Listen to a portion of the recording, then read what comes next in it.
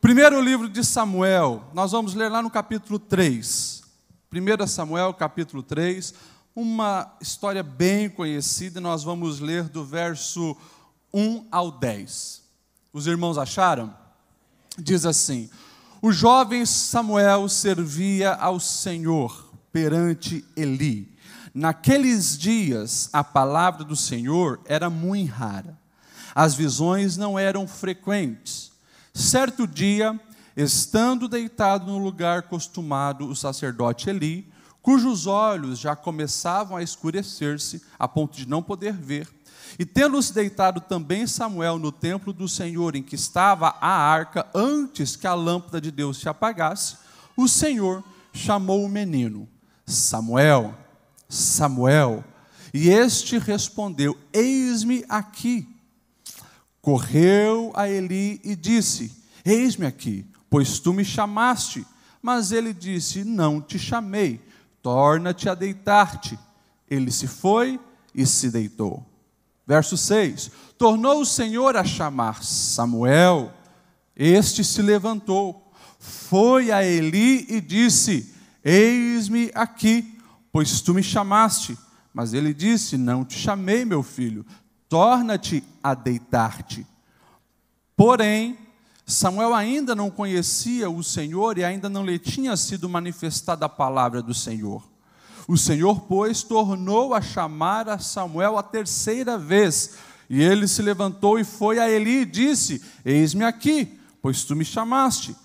Então entendeu Eli que era o Senhor que chamava o jovem. Por isso, Eli disse a Samuel: vai deitar-te, e se alguém te chamar, dirás: fala, Senhor, porque o teu servo ouve. E foi Samuel para o seu lugar e se deitou. O verso 10, então veio o Senhor, e ali esteve, e chamou como das outras vezes: Samuel, Samuel. Este respondeu: fala, porque o teu servo ouve. Amém? Você pode se assentar. Glória ao nome do Senhor Jesus. Que o Senhor possa falar nesta noite, porque eu creio que tem servos dispostos a ouvir. Sim ou não? Glória a Deus. Meus irmãos, Samuel é um dos personagens mais conhecidos da Bíblia Sagrada. E por certo, você algumas vezes já ouviu pregações sobre o jovem Samuel. Quem cresceu na igreja como eu, desde pequeno, é uma das histórias que nós mais ouvimos, a história de Samuel e a maneira como Deus o chamou. E esse capítulo 3 está registrado no coração de todas as crianças que crescem na igreja. A história de Samuel começa já lá no capítulo 1, a partir do verso 1, quando nós vamos ver um relato de uma família. Você sabe o nome do pai de Samuel? Eucana. O nome da sua mãe? Ana.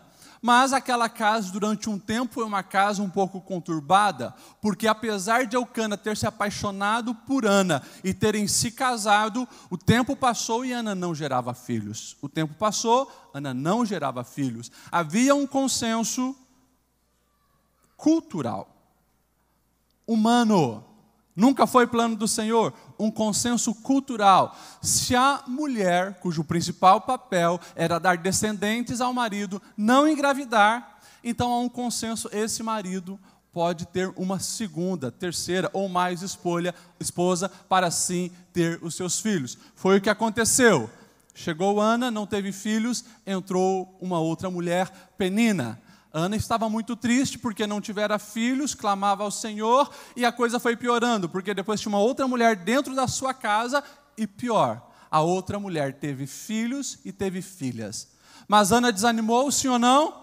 Não desanimou de clamar. Todo ano ia a Siló, pedia a Deus, até que enfim chega o jovem Samuel. Justamente quando os sonhos e o pedido de Ana se casam com os sonhos de Deus. Ana pediu um filho e o Senhor queria muito mais do que apenas conceder uma bênção à sua serva.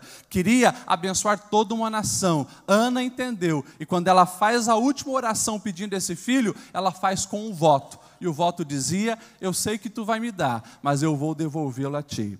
E quando nós olhamos o decorrer da história, no capítulo 1 e no capítulo 2, você vai ver justamente esse processo acontecendo. Ana canta louvores ao Senhor, engrandece o nome do Senhor, e a oração de Ana é inspiradora para nós que queremos cada dia mais aprender a orar e louvar o nome do Senhor. Dá uma olhadinha ali depois, capítulo 2, a oração, o cântico de Ana, que você vai se sentir inspirado para falar palavras ao teu Deus. E é interessante que o ano seguinte, como sempre era de costume, aquela família subia a Siló, saía de Ramá, onde eles moravam, e subiu a Siló para adorar. Mas quando Eucana chama Ana, no ano seguinte, onde ela havia tido a bênção, tinha recebido o seu Samuel, Ana diz: não, esse ano eu não vou, porque quando eu for novamente, eu já quero cumprir o meu voto. E o verso 29 do capítulo 1 vai dizer que primeiro então Ana desmamou Samuel, para depois então cumprir o voto e levá-lo à casa do Senhor. Aqui a variação de tempo, mas de acordo com a maioria dos teólogos, isso varia de 3 a 4 anos, que era o período de desmamamento na maioria das famílias hebreias, de 3 a 4 anos, mas aqui a gente já consegue entender que há um tempo certo para todas as coisas. Não é porque Ana já recebeu o seu filho que ela já no ano seguinte levou. Ela esperou o tempo certo para entregar o menino sobre a direção ali do sacerdote Eli. É interessante quando nós trazemos isso para a nossa realidade, porque nos tempos ativistas que vivemos, nós queremos as coisas para ontem, mas existe um tempo certo para todas as coisas. O amadurecimento espiritual. Às vezes nós queremos desfrutar de coisas que nós ainda não estamos preparados para aquilo. Primeiro tem que desmamar. Depois a gente desfruta daquilo que Deus já reservou para nós. Porque nesse tempo, assim como Ana já vinha instruindo o coração de Samuel como seria o processo posterior, Deus também vai trabalhando na nossa vida sobre o tempo certo das coisas acontecerem. Amém? Fala para quem está do seu lado, acalma o coração e espera o tempo de Deus. Chegou o tempo e nós sabemos então, Ana leva e entrega um menino. Imagine, um menino de 3, 4 ou 5 anos, sendo entregue lá na tenda. Não era templo, às vezes, se eu usar a palavra templo, entenda que era tenda. O primeiro templo vai vir só depois com Salomão. Mas leva então lá ao lugar sagrado, em Siló, e entrega sobre o cuidado de Eli. Cadê as mães aqui? Quem é mãe? Quem é mãe? Fazer uma promessa dessa para Deus, a gente lê a Bíblia e a gente admira muito a fé de Ana, mas é muita coragem e ousadia você pegar uma criança de 3, 4, 5 anos e não estar mais o tempo todo com ela. Você lembra a primeira vez, mãe, que você levou o teu filho para a escola e ia ficar ali 4 horas, 3 horas, e o teu coração já apertou e dilacerou? Pois é, né? Não tinha o WhatsApp, não tinha o FaceTime. Era fé, era confiança. Mas essa mãe cumpre a sua promessa e leva aquela criança até o sacerdote Eli. E é interessante que, por mais que Ana tome essa decisão corajosa, de honra, e cumprindo o voto que fizera ao Senhor, ela não abandona o seu filho. Porque o texto também vai dizer que, ano após ano, ela ia visitar o seu filho. E não estava apenas presente lá ano após ano, como também levava um presente. É interessante quando nós olhamos para a palavra, 1 Samuel, capítulo 2, 18 e 19, o texto que fala isso, das visitas que Ana fazia, o texto vai dizer que Ana levava um presente ao seu filho. E você prestou atenção, que presente que é esse? O presente que o verso 18 e 19 vai dizer que todo ano ela levava ao filho uma estola sacerdotal.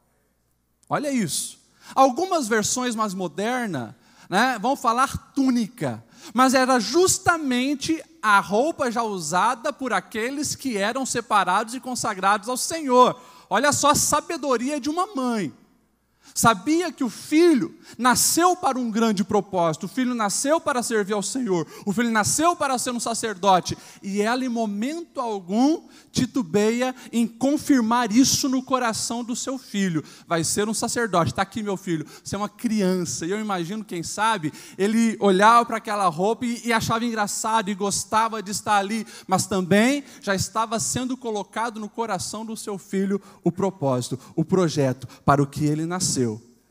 É interessante que os israelitas, os hebreus e os judeus, eles levam muito a sério a questão da educação dos filhos, porque a infância para os judeus não é apenas um período onde o pai e a mãe são totalmente responsáveis e precisa preparar ele para o mundo. Eles conseguem o tempo todo trazer também a questão da espiritualidade na vida do filho. É por isso que desde o nome, para um judeu, o seu nome tem um impacto muito grande, porque aquilo vai determinar e influenciar a vida toda desse menino. E a gente vê os judeus fazendo isso, seja na maneira como eles ensinam os filhos e até na maneira que veste. Na segunda ou terceira vez que eu fui em Israel, numa conversa com o rabino, ele falou algo que eu nunca tinha parado para pensar. Eu sempre criticava Jacó por ter dado aquela túnica para o seu filho José, sendo que os outros irmãos não haviam recebido.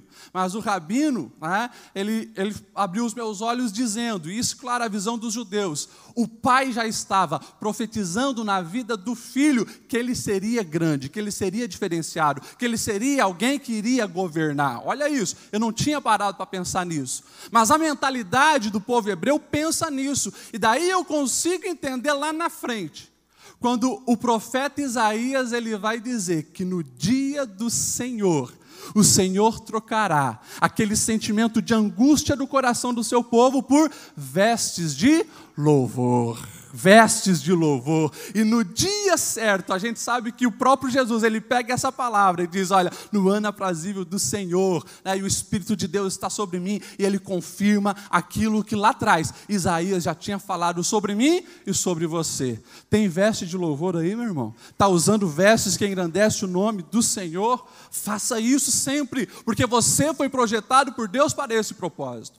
E é interessante que ali ainda do verso 18 e 19, o verso 19 vai dizer, a sua mãe lhe fazia uma túnica pequena, e de ano em ano lhe trazia quando com seu marido subia a oferecer o sacrifício anual. É interessante que todo ano ela levava uma túnica. Túnica hoje, ou uma roupa hoje, eu sempre falo, que na nossa cultura ocidental do século 21, roupa está tão fácil, Roupa está tão fácil, hoje se vende roupa até por quilo. E mesmo quem não tem roupa, as ações sociais muitas vezes estão abarrotadas de roupa, para compartilhar, para dar. É algo que se tornou muito popular depois da industrialização. Há tanto tempo atrás, meus irmãos, as pessoas tinham uma roupa, 2 peças de roupa, no máximo 3. A não ser se fosse um governante, um rei. As mulheres já estão imaginando como seria viver naquele tempo. Você ter que ir na festa, ir no trabalho, ir no culto, em todo lugar com a mesma roupa. Era assim. Agora, essa mãe fazia questão de sempre que ia lá, levava uma roupa nova para esse menino. Mas é claro, não é porque era uma família muito abastada, não era porque eles podiam, mas havia um fator determinante. O menino crescia. O menino crescia. Samuel se desenvolvia. Quem é pai e mãe sabe que esses meninos e essas meninas parecem que comem fermento. A gente não dá conta de vestir esses meninos. O tênis que você compra um mês, aqui 3 meses, 4 meses, parece já estar apertado. Então, essa mãe, muito responsável, ia lá e dava uma outra roupa, do tamanho certo, que lhe cabia bem. Isso aqui, trazendo para a nossa vida, também tem uma grande aplicação. Porque da mesma maneira, o Senhor vai nos presenteando com aquilo que nos cai bem. E muitas vezes, quando nós estamos num processo de amadurecimento, nós crescemos, nós evoluímos, nós desenvolvemos, mas se quiser ficar com a roupa antiga, de 1 ano atrás, 2 anos atrás, muitas vezes você vai passar vergonha, porque está muito apertada, está muito justa. Ou seja, na nossa vida espiritual, à medida que nós vamos crescendo e se desenvolvendo, tem conversa que já não cabe mais, tem coisas que nós vamos assistir que já não serve mais, tem amizades que não caem bem mais na nossa realidade. Por quê? Porque nós estamos em processo de crescimento e desenvolvimento, e o Senhor tem algo para nós que vai nos cair bem. Amém ou não amém? Então o texto vai dizer que Samuel está nesse processo desenvolvendo, e aqui nós talvez perdemos alguns anos da vida de Samuel, porque não tem os relatos. O que acontece quando ele tinha uns 8, uns 9, uns 10 anos? Por quê? No capítulo 3, quando fala desse menino, essa expressão, segundo o hebraico, já cabe ali no menino de 11, 12 e 13 anos. Já não é mais uma criancinha. A expressão remete já a um menino um pouco mais envolvido. Na nossa realidade hoje, quem sabe um pré-adolescente. E Samuel estava lá, servindo ao Senhor. E o versículo 1, se puder até jogar na tela para a gente, dá uma olhada na tua Bíblia aí, capítulo 3, versículo 1 de 1 Samuel. O texto vai dizer assim, 1 Samuel capítulo 3, versículo 1. E o menino Samuel ministrava ao Senhor perante Eli, né? Naquela versão que está ali, e o jovem Samuel servia ao Senhor perante Eli. A palavra do Senhor era muito frequente, certo?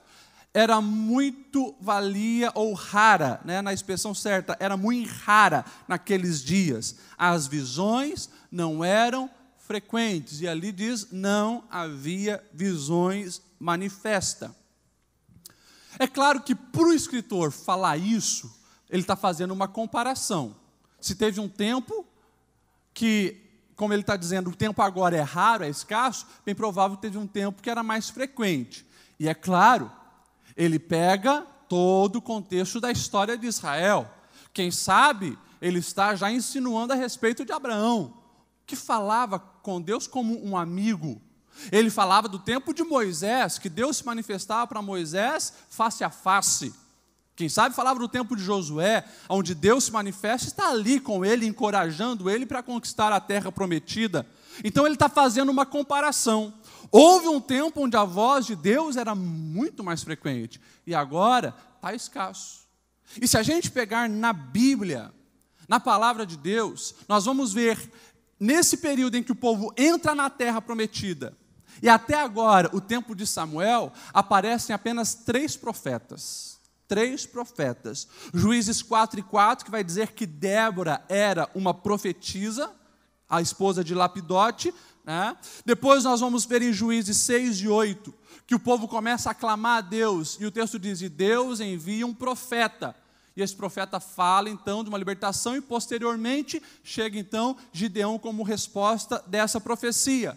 E a terceira manifestação está justamente no começo do livro de 1 Samuel, capítulo 2, verso 27, quando Deus levanta um profeta para vir falar com o sacerdote Eli sobre o pecado dos seus filhos.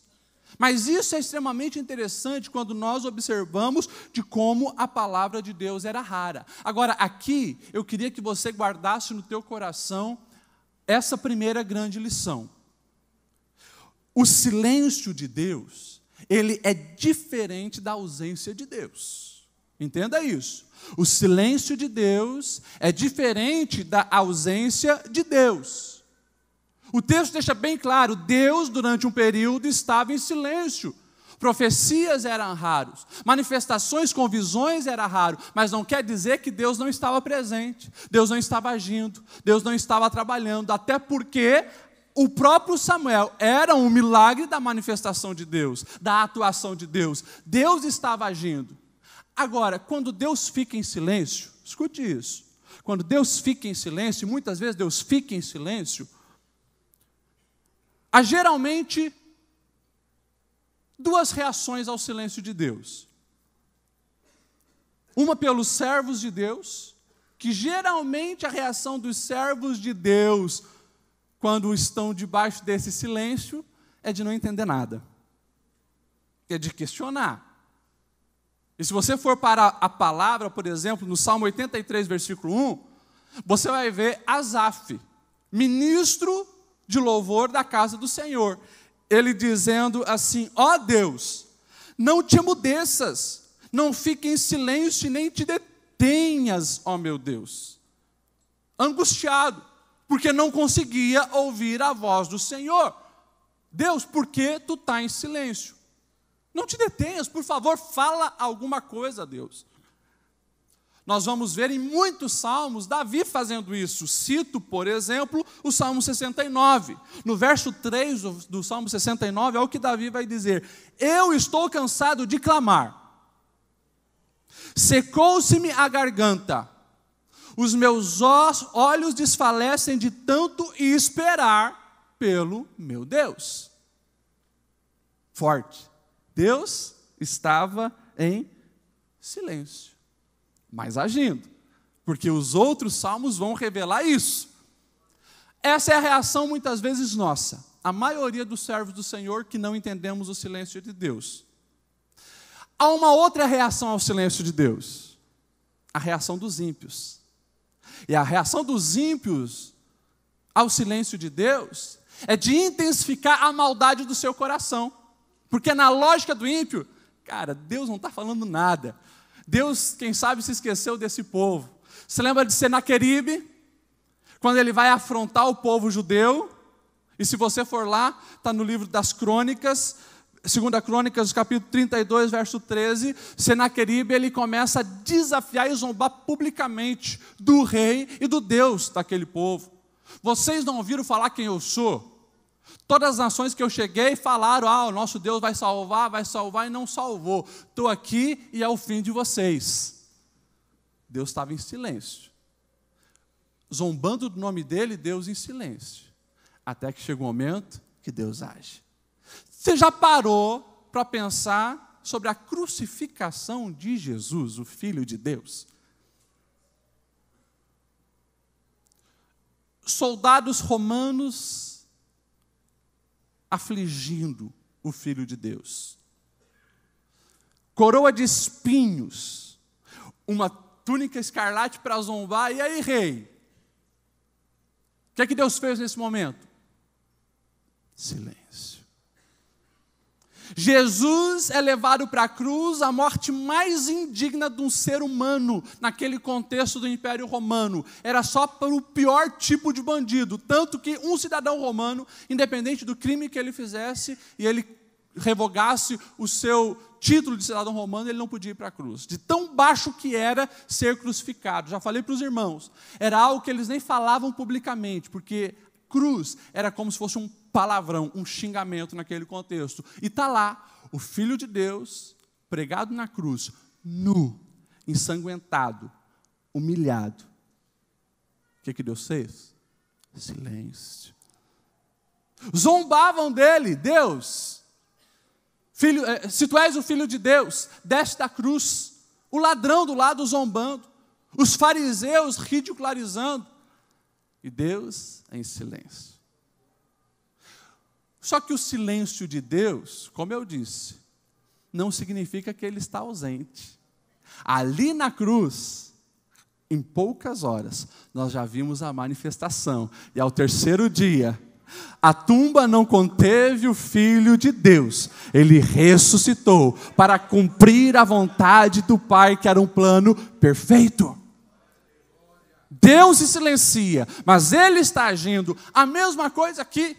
E claro, tem um momento também onde Deus, Ele acaba com esse silêncio. E Ele se manifesta, e Ele fala, e Ele aparece, e Ele se revela. E aqui na história que nós estamos nos embasando, a história de Samuel, chegou o dia onde Deus queria falar.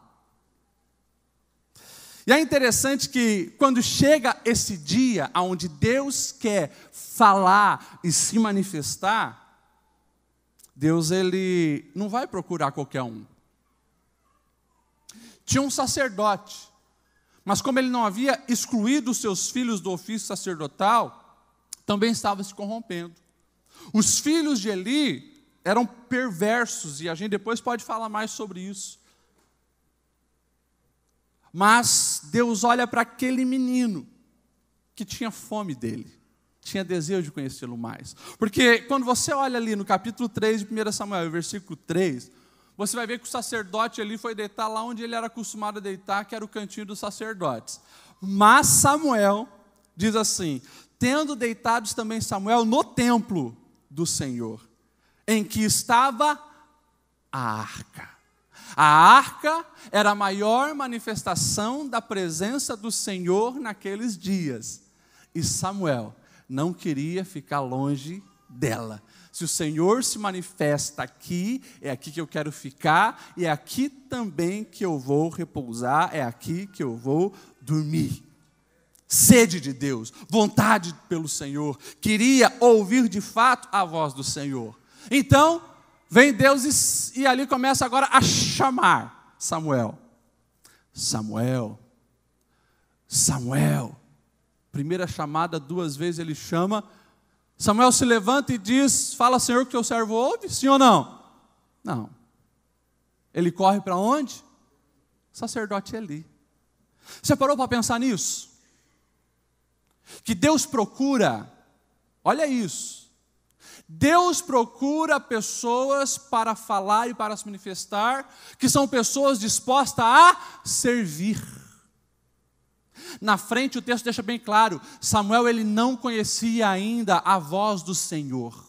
Ele não tinha tido uma experiência forte com o seu Deus. Se eu perguntar aqui nessa noite, quantos estão dispostos a servir ao Senhor? Todos vão levantar a mão. Agora, se eu perguntar, quantos estão aqui dispostos a servir pessoas? Quantos aqui estão dispostos a servir gente? Quantos estão aqui dispostos a servir o seu líder? Ele se levantou e ele foi servir o seu líder, que o texto vai deixar bem claro também. Eli já estava ficando cego, dependia de Samuel para muita coisa. Ele ouviu uma voz chamando: estou aqui para servir. E a gente sabe que o texto fala que era de madrugada isso, de madrugada. Porque o texto deixa bem claro, quando a lâmpada ainda não havia sido apagada, porque desde o entardecer até o amanhecer, a lâmpada dos catiçais ficavam ali acesas. De madrugada, ele se levanta para servir. É esse coração que Deus está disposto a encontrar para manifestar coisas novas. Tem coisas no nosso tempo ainda, hoje, que estão se tornando escassas. Manifestações de Deus que já foi mais frequente e hoje são raras. É por quê? Porque o pastor esfriou. É porque a banda não toca mais aquele hino. Não. Independente da situação ao redor, Deus está procurando no coração. É um coração disposto a servir, é um coração que está desejoso por Ele. É um coração de cada um de nós. Como está o teu coração? Desejoso pelo Senhor? Disposto a servir no reino de Deus? E se a gente falar sobre liderança, onde hoje é comum afrontar e criticar a liderança, mas poucos estão ouvindo a voz do Senhor, porque não entenderam que os líderes foi Deus que conheceu. E se você quer ser abençoado, seja submisso à sua liderança, adolescente, criança, jovem, mulher no círculo de oração, aonde você estiver. Meu líder, estou aqui, eu quero servir, o que eu posso te ajudar? E quando Samuel fala isso, é claro, Eli não tinha chamado, ele diz: não chamei, volte deitar. Ele deita, mas eu acredito, isso aqui é uma opinião minha, que ele não dorme. Você imagina. Ele não tinha sonhado com aquela voz, ele ouviu a voz. Não foi o sacerdote Eli que chamou, ele fica pensando naquilo. O que está acontecendo? De repente a voz chama de novo: Samuel! Ele se levanta mais uma vez. E ele vai então até Eli e diz: estou aqui, me chamou. Não, eu não te chamei, volte a deitar. Ele volta a deitar. E o texto então diz que pela terceira vez a voz chama, e ele vai novamente a Eli dizendo: estou aqui. Eli agora cai a ficha. Ele entende que quem está chamando Samuel é o Senhor Jeová. Samuel, escute o que eu vou te dizer. A próxima vez que você ouvir essa voz, responda: fala, Senhor, porque o teu servo ouve. Fala, Senhor, porque o teu servo ouve. E o versículo de número 10 que nós lemos, pode colocar na tela ali, diz assim: então veio o Senhor e pôs-se ali, e chamou como das outras vezes: Samuel, Samuel. E disse Samuel: fala, porque o teu servo ouve. Eu não sei se você pegou, sacou, observou a diferença que tem nesse quarto chamado. 3 vezes Deus chama Samuel e ele corre para Eli. Nessa vez, Deus não apenas chama, mas o texto deixa bem claro o que acontece. Então, veio o Senhor, pôs-se ali e chamou como das outras vezes: Samuel, Samuel. Deus não queria apenas entregar um recado a Samuel. Deus queria lhe dar uma grande experiência. Você pode falar para quem está do seu lado: é mais do que um recado, é uma experiência. Meus irmãos, nós precisamos entender que todas as vezes que nós viemos aqui na casa do Senhor, todas as vezes que você dobra o seu joelho para orar, todas as vezes que você abre a palavra para ler, Deus não quer fazer apenas você um garoto de recado, uma garota de recada de alguma coisa que Ele tem para o seu povo. Deus quer lhe dar uma experiência.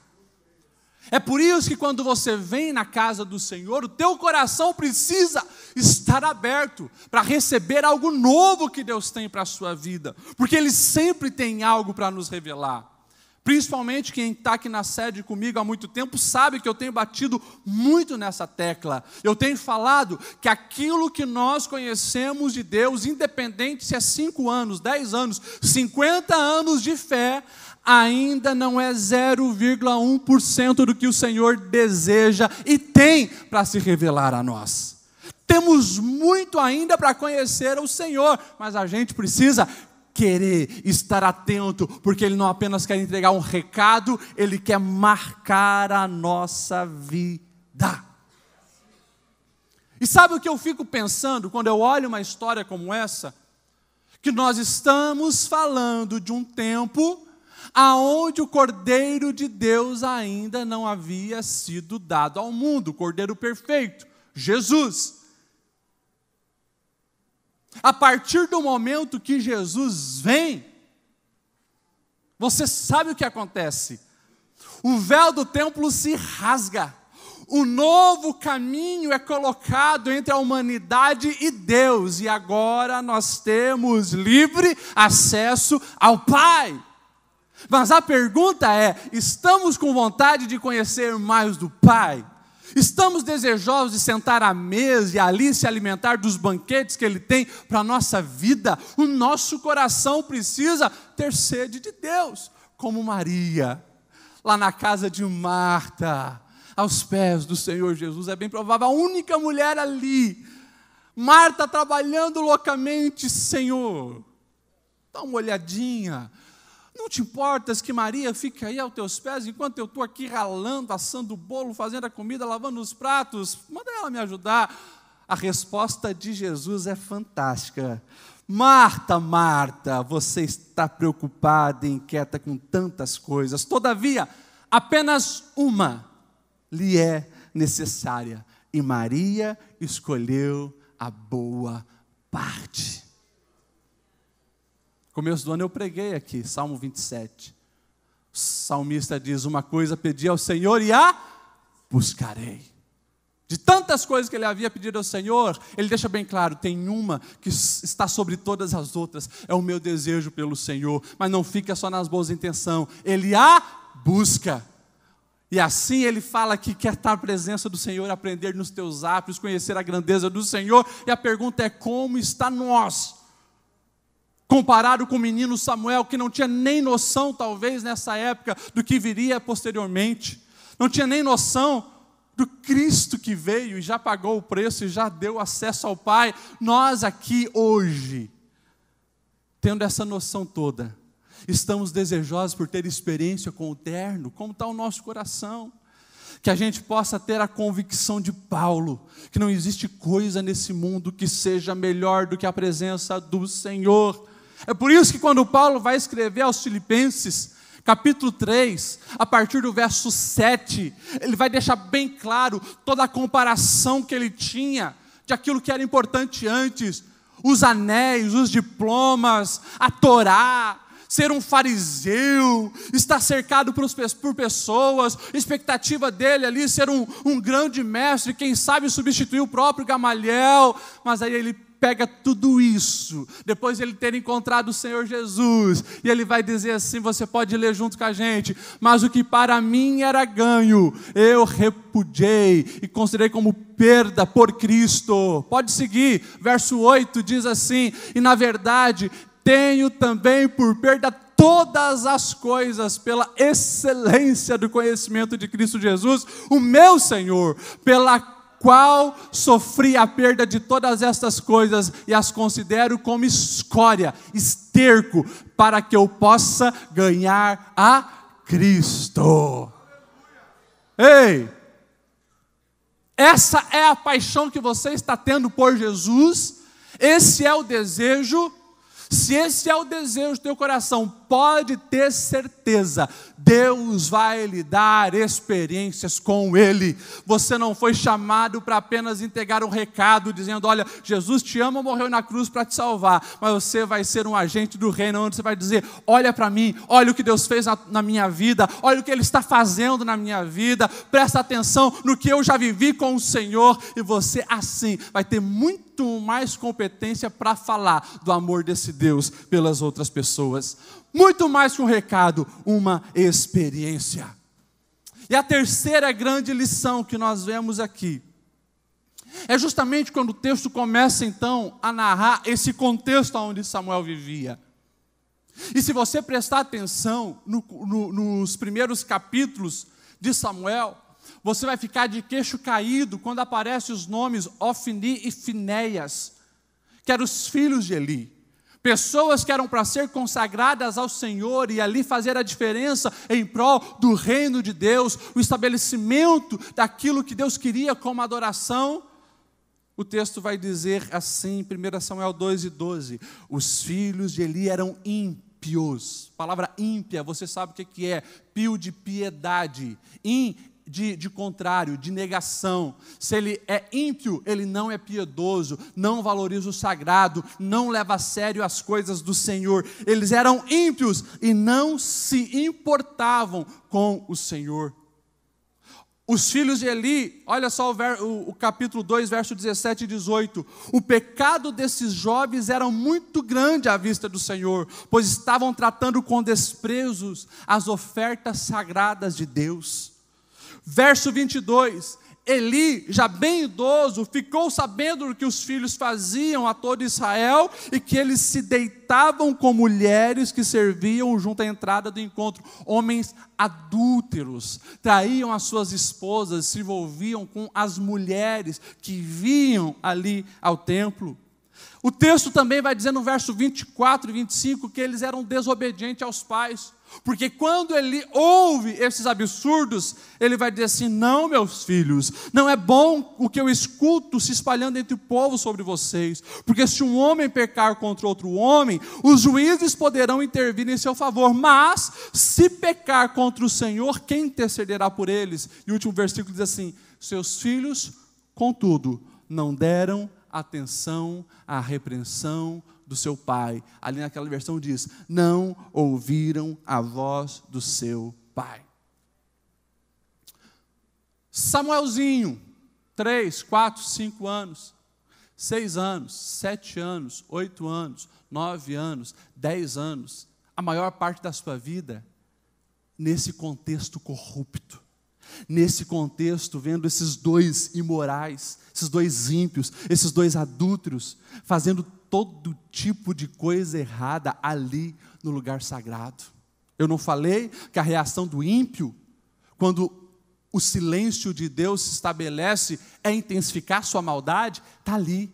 Na mente desses dois perversos, Deus não vai se manifestar, não seremos punidos, mas uma hora a conta chega. Uma hora Deus se manifesta. Agora, o interessante é que o Samuelzinho, e se tivesse já psicologia naquele tempo, ia falar que essa idade que ele cresceu ali, era uma das principais idades de absorver os valores, os princípios, tudo aquilo que desenvolve o caráter de uma pessoa. Primeira e segunda infância, segundo a psicologia. Esse era o período que o menino Samuel estava ali. Mas desde criança, esse menino, ele escolhe um outro caminho. Ele escolhe valorizar a presença de Deus. Ele escolhe dar voz realmente ao chamado de Deus no seu coração. Ele escolhe a santidade. E aqui essa terceira grande lição é justamente isso. O verdadeiro servo de Deus não se perde com os erros dos outros. O verdadeiro servo de Deus não se perde com os erros dos outros. Tudo depende para onde você volta o seu coração. Aonde está o teu foco? Você pode olhar a Bíblia de Gênesis a Apocalipse e você vai ver que desde o capítulo 3 de Gênesis, no pecado original, você não vai encontrar uma história da palavra de Deus, aonde paralelamente também não tem a manifestação do mal, a manifestação dos erros, os pecadores, muitas vezes no meio do povo de Deus. É só você pegar já a conquista do povo na terra prometida. Lá tinha os perversos. É só você pegar já na igreja primitiva. Lá tinha um Demas que abandonou Paulo. Lá tinha Ananias e Safira que queriam também enganar Deus com as ofertas. Lá tinha gente perversas também. Sempre teve. A pergunta é: aonde está o teu coração? Qual voz você está escutando? Para quem você está olhando? É por isso que o autor de Hebreus, lá no capítulo 12, verso 1 e 2, ele vai dizer: gente, vamos nos depreender dessas coisas ruins, do pecado que tenta ferozmente aqui nos açoitar, e nós vamos continuar caminhando, olhando para Jesus, o autor e consumador da nossa fé. É em Jesus que deve estar os nossos olhos, é em Jesus que deve estar o nosso foco. Qualquer outro lugar onde você querer se espelhar, se embasar, alicerçar ali a sua vida, você corre um grande risco de cair. E deixa eu ser profeta de Deus aqui nessa noite, e deixar bem claro para você, que nos nossos dias as coisas continuam do mesmo jeito. Tem um monte de gente que diz ser santo, mas os frutos são podres. Tem muita gente que diz ser crente, voz de Deus, profeta, até tem títulos.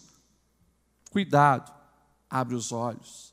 E é interessante que as táticas infernais, elas se repetem sempre, e tem crente desconectado dos céus que acaba caindo nas mesmas táticas infernais de tanto tempo atrás. Cuidado com a infiltração, cuidado com a perseguição, cuidado com as distrações, setas, ciladas, artimanhas do inferno para tentar tirar os seus olhos do Senhor Jesus Cristo. Eu tenho falado muito aqui na sede sobre essa cilada das distrações. Uma geração que está sobrecarregada com entretenimento e tem tempo para tudo, mas não tem tempo para o Senhor. Uma geração que muitas vezes está tão focada em adquirir os bens terrenos e não os bens espirituais. E se você for para a palavra, isso o tempo todo esteve presente. Uma geração que não consegue distinguir os Ananias e Safiras dentro da comunidade de fé, porque estão vendo mais o que eles dizem, e estão esquecendo de olhar os frutos, que é pelos frutos que conhecem-se as árvores. Palavra, qualquer um fala o que quiser. Na internet, qualquer um faz um vídeo dizendo o que quiser. No Facebook, qualquer um escreve o que quiser. No WhatsApp, o que quiser. Agora, vida com Deus é que gera fruto. Vida com Deus é que faz uma pessoa ser abençoada. Vida com Deus é que mostra realmente lá no trabalho quem é quem. Se é sal, se é luz, se faz a diferença, comportamento excelente. É vida com Deus que mostra se é um bom marido, se é uma boa esposa, se é um bom pai. É vida com Deus que vai fazer você de fato ter controle no controle remoto. Ter domínio sobre o mouse aonde clica. É vida com Deus que faz toda a diferença. Então nós precisamos cuidar, porque ao nosso redor o tempo todo vai ter gente se desviando, vai ter gente que virou as costas para o chamado de Deus de um grande ministério, se lascou na vida e quer te lascar também, e vem corroendo, vem seguindo você, fazendo propostas imorais. Atenção! Seja como Samuel, tem erro aqui, mas eu sei qual é o caminho que Deus tem para a minha vida, é aqui que eu vou seguir, eu quero o Senhor, eu quero sua voz, eu quero cumprir o chamado, quero ser um grande sacerdote, um profeta de Deus. Para que Deus te chamou? E quem sabe você está aqui ouvindo essa palavra hoje, e como eu sempre digo, Deus não traz ninguém aqui por acaso. Se estamos aqui do púlpito a porta, é porque Deus está falando aos nossos corações. Você precisa sondar a sua alma. Não é momento de você agora pensar, puxa, o fulano devia estar aqui para ouvir essa palavra. Não, é você que está aqui porque Deus queria que você ouvisse essa palavra. E a pergunta que você precisa fazer para a sua alma é: como eu estou perante as coisas que eu estou vendo ao meu redor? Gente, no mundo virtual a coisa está tensa. É absurdo a situação que nós estamos vivendo. É praticamente todo dia nos aconselhamentos aqui. Gente viciada em pornografia. Gente que começa uma traição com mensagens. Gente que perde a fé porque fica ouvindo besteira sendo dita na internet. Nesse mundo virtual, para onde você está olhando? Não esqueça isso. Se você ingerir lixo, ingerir veneno, você morre. Nós somos resultado daquilo que nós ingerimos. E se você não se alimenta bem, pode ter certeza, isso começa a afetar a sua vida. E é claro, é só você, a gente tem essa noção muito clara no que a gente consegue ver e tocar, que é o nosso corpo. Essa semana mesmo, provavelmente você viu algumas fotos de venezuelanos, por causa daquela crise e confusão que está lá, mas que estão literalmente miserando o pão. Venezuelanos que emagreceram 20 quilos, 30 quilos, 40 quilos nesses meses, porque está escasso, tudo está escasso, não tem comida, o corpo sente, não tem alimento suficiente, vai definhando. A nossa alma é a mesma coisa. Se nós não ingerimos coisas boas, a gente perde motivação, perde a fé, compromete o potencial de Deus na nossa vida. E, se você ficar ingerindo lixo, veneno, pode ter certeza, vai morrer. Então cuida com o que entra pelos olhos, pelos seus ouvidos. 2000 anos atrás, a sabedoria divina nas palavras de Jesus já dizia que os olhos são a janela da alma. Se os teus olhos forem bons, tudo que você tem será bom. Só que você não se tocou, que os anos se passaram. No século 21, as coisas chegam pelo celular, e você está se enchendo de lixo, e não se tocou. Você parou para pensar por que tantas pessoas hoje estão com síndrome do pânico? Quando eu estudava para escrever aquele meu livro, A Família na Era Digital, os psicólogos nas pesquisas começaram a fazer a associação. É muita cena de violência. Aquilo que antes era reproduzido na televisão por Hollywood, muitas vezes o nosso inconsciente falava: isso é fake, é falso, é apenas uma montagem. Hoje não tem nada falso, porque cortam a cabeça de alguém lá no Amazonas, chega no nosso celular 1 segundo depois. Alguém está espancando um velhinho no asilo, chega para a gente na hora. Uma babá está abusando de uma criança, está ali, a gente sabe que é real, a alma começa a ficar doente, entrando pelos olhos. E isso serve para todas as áreas, na tua vida espiritual também. Não se alimente de lixo, mas que os seus olhos possam trilhar o caminho da palavra, que os seus olhos possam contemplar a natureza e a grandeza de Deus, que você comece a observar os bons testemunhos que tem ao seu redor. Eu acho fantástico o verso 15, 1 Samuel 3 e o verso 15 diz então, que Samuel ele ficou deitado até pela manhã, não conseguiu dormir, ficou deitado, mas então, ele abriu as portas da casa do Senhor, porém, temia Samuel relatar a visão a Eli. Deixa eu só deixar bem claro para você o que diz esse versículo. Deus se revela para Samuel, tem uma experiência com Samuel, uma forte experiência com Samuel. Depois da experiência, o texto diz que Samuel não dormiu, mas ficou deitado, remoendo, pensando naquilo ali. Agora, aquilo que o Senhor tinha falado para ele, o Senhor tinha falado que ia fazer justiça com os filhos de Eli, que estavam fazendo coisa errada. Não comprometeu Samuel de cumprir os objetivos e os propósitos para o qual ele estava lá. Ele era responsável para abrir as portas da casa do Senhor. E ele se levanta no momento certo e ele vai. Sabe por quê?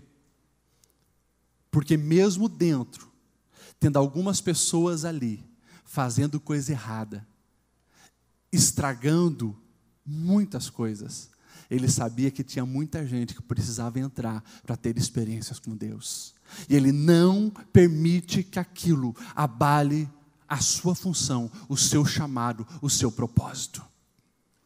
E você já entendeu o recado de Deus para o seu coração e para a sua vida. Porque todos nós aqui temos um chamado para manifestar a glória do nosso Senhor. Lá fora tem gente precisando. E por mais que aqui, muitas vezes você viu fulano fazendo uma coisa errada, alguém falou uma palavra que feriu o teu coração, alguém até tentou te machucar, você precisa aprender com Samuel a não permitir que isso comprometa o propósito de Deus na sua vida. O chamado está de pé, a vocação que Deus te deu está de pé, e você precisa se levantar, abrir a porta para aqueles que precisam ouvir sobre o Senhor e fazer ali o sacrifício de adoração ao seu Deus. Vamos se colocar de pé, que o tempo já se foi. Para concluir, o verso 19 do capítulo 3 diz: crescia Samuel, e o Senhor era com ele, e nenhuma de todas as suas palavras deixou cair por terra. Todo Israel de Dan a Berseba conheceu que Samuel estava confirmado como profeta do Senhor. Continuou o Senhor a aparecer em Siló, enquanto por sua palavra o Senhor se manifestava ali a Samuel. O tempo passou, e as experiências de Samuel com Deus só aumentaram.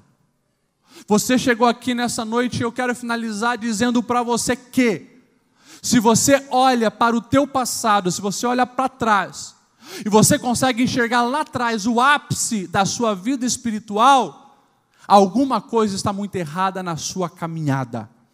Porque a vereda do justo é como a luz da aurora, vai brilhando cada dia mais até ser dia perfeito, cada vez mais. É crescer cada vez mais, é amadurecer cada vez mais. E você olha a vida de Samuel e você vê justamente esse gráfico de ascensão. Não é um gráfico roda gigante, lá em cima, lá embaixo, lá em cima, lá embaixo. É crescendo, amadurecendo, se desenvolvendo, buscando experiência com Deus e sendo uma testemunha viva do propósito de Deus. Deus ainda tem grandes coisas para fazer na sua vida e através da sua vida. Não se conforme com as experiências que você já teve com Deus. Há coisa muito maior para você viver. Há coisas muito mais grandes para você desfrutar, e você precisa abrir a sua alma, focar em Deus, esquecer essas coisas que tentam tirar o teu foco. Abrace o Senhor, busque o Senhor, mergulhe na palavra, caia de novo de joelhos perante o Senhor em oração pela madrugada, e você vai ver o que o Senhor vai fazer na sua vida. Dá a mão para quem está do seu lado, feche os seus olhos, nós vamos orar. Pastor Romão, chega aqui fazer essa oração. Oh, aleluia, aleluia. Vai falando com o seu Deus. Pai, no nome de Jesus, nós queremos te louvar pela tua palavra que foi ministrada com tanta graça. E nós te louvamos aqui, Senhor, nesta noite, pela tua presença. E agora nós queremos apresentar o teu povo diante do teu altar. Que esta palavra, Senhor, possa promover uma mudança absoluta na nossa vida. E ela venha surtir efeito, porque está escrito que a tua palavra, ela jamais voltará vazia, sem antes cumprir aquilo que lhe apraz. A tua palavra, ela limpa. A sua palavra, ela é poderosa, e nesta noite, na autoridade que há no nome de Jesus, que todas as barreiras, elas sejam quebradas no teu nome, e que toda malignidade seja dissipada, porque há poder no teu nome, há poder na tua palavra. Querido Espírito Santo, tome nesta noite primazia na vida de cada um dos teus filhos que estão aqui com disposição, e aquele que estiver com o coração aberto, contrito, que nesta noite o Senhor venha fazer uma grande obra. Ó Senhor da glória, continua conosco nesta noite. Iremos cercar a tua mesa, e que a tua presença, ela esteja entre nós, para a glória do teu santo nome.